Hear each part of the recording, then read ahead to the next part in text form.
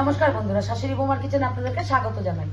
আজকে রাতের ডিনারের জন্য রুটির সাথে খাবার জন্য একটা রেসিপি করে দেখাচ্ছি আপনাদের সাথে। অনেকদিন পর আবার চলে আসলাম রেসিপি নিয়ে।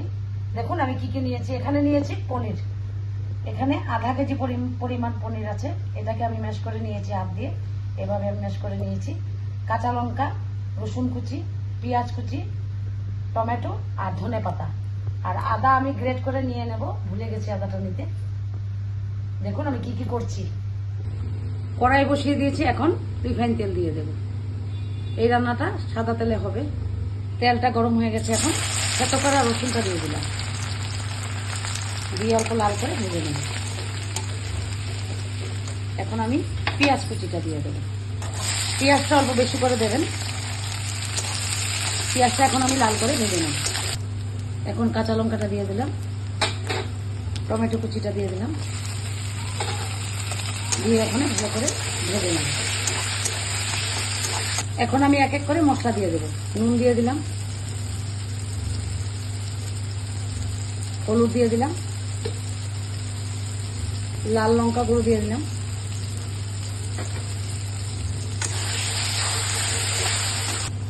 এখানে আমি আদা আর জিরা বেটে নিয়েছি একসাথে দিয়ে দিলাম। 1 চামচ পরিমাণ রসুন বাটা দিয়ে দিলাম, কিছু কুচনো ধনে পাতা এখন অল্প দিয়ে দিলাম, পরে আবার দেব।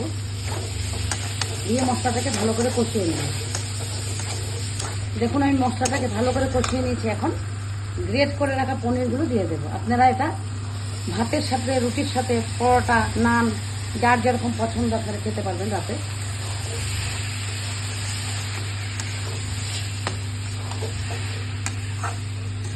অল্প সয়া সস দিয়ে দিলাম, 1 চামচ পরিমাণ সয়া সসটা দিয়ে দিলাম।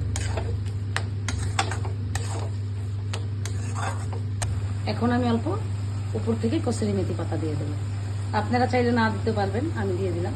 উপর থেকে বেশি করে ধনে পাতাটা দিয়ে দিলাম।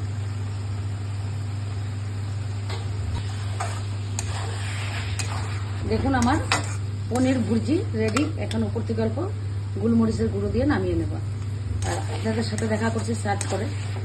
এটা আপনারা বাড়িতে বানিয়ে খেয়ে দেখবেন, অসাধারণ লাগে। দেখুন আমার পনির ভুর্জিটা রেডি। সাজিয়ে নিলাম, উপর থেকে বাটার দিয়ে দিলাম, ধনে পাতা, কাঁচা লঙ্কা দিয়ে দিলাম।